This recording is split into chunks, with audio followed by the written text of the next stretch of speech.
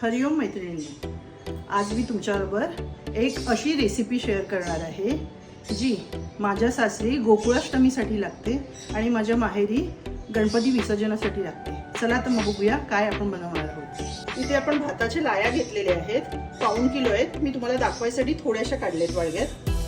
अर्धा किलो शेंगदाणे, अर्धा किलो गूळ, 1/2 किलो डाळ, 1/2 किलो काजू तुकडा, आणखीन 1/2 किलो सुकं खोबरं. मी थोडं गरम करून घेतलंय खोबरं, काजू सुद्धा थोडे गरम करून घेतले आणि शेंगदाणे मी भाजून घेतलेले आहेत. वेलचीचे दाणे काढून घेतलेत आणि एक मुठ्ठी मुगाची डाळ घेतलेली आहे. आणि त्याच्यावरती तुपाची मी फोडणी घालणार आहे.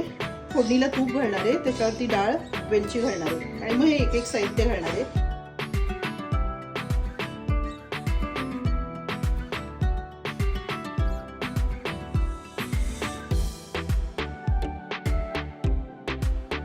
हे मूग डाळ आपली हलकीशी ब्राऊन झालेली आहे. आता आपल्याला गूळ घालायचे.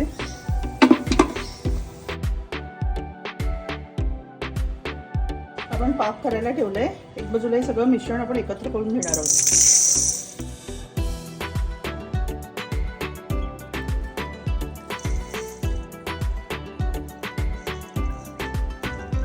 गूळ आपल्या इकडे पुरा विरघळलेला आहे. आता याच्यामध्ये आपण एक एक सगळं घालणार आहोत.